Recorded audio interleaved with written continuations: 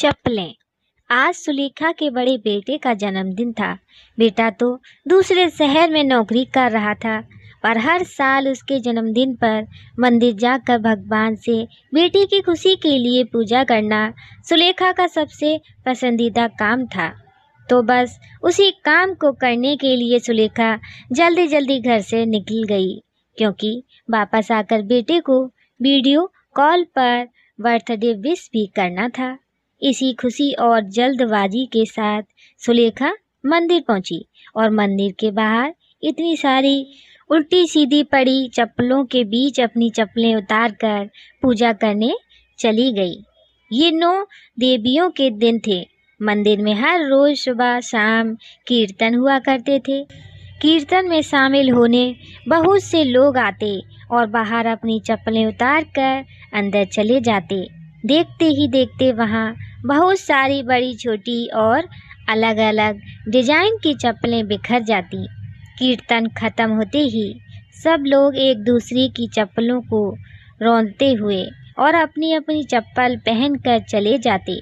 सुलेखा भी अक्सर इस कीर्तन में आया करती थी, पर आज उसके पास इतना वक्त नहीं था कि वो पूरी कीर्तन खत्म करके जाए। इसलिए उसने जल्दी जल्दी पूजा की और मंदिर से निकल गई।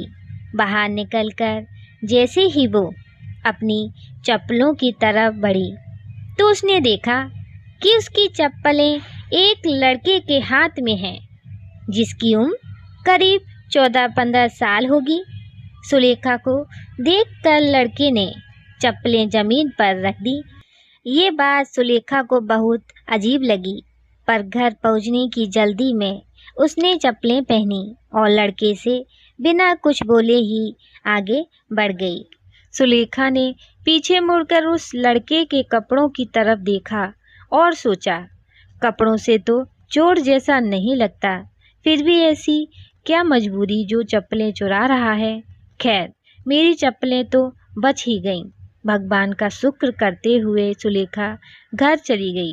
दूसरे दिन की कीर्तन में सुलेखा आई, पर उसने बाहर पड़ी चप्पलों में चप्पलें उतारने से संकोच किया और चप्पलों के ढेर में अपनी चप्पलें सबसे नीचे दबा कर रख दी।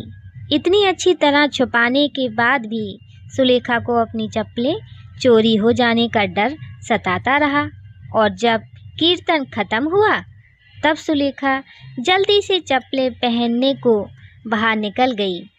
बाहर निकलकर ये देखकर चौंक गई कि वहाँ बिखरी सारी चप्पलें बड़े सही तरीके से एक लाइन में लगी हुई थी और सारी चप्पलें उनकी जोड़ी के साथ रखी हुई थी।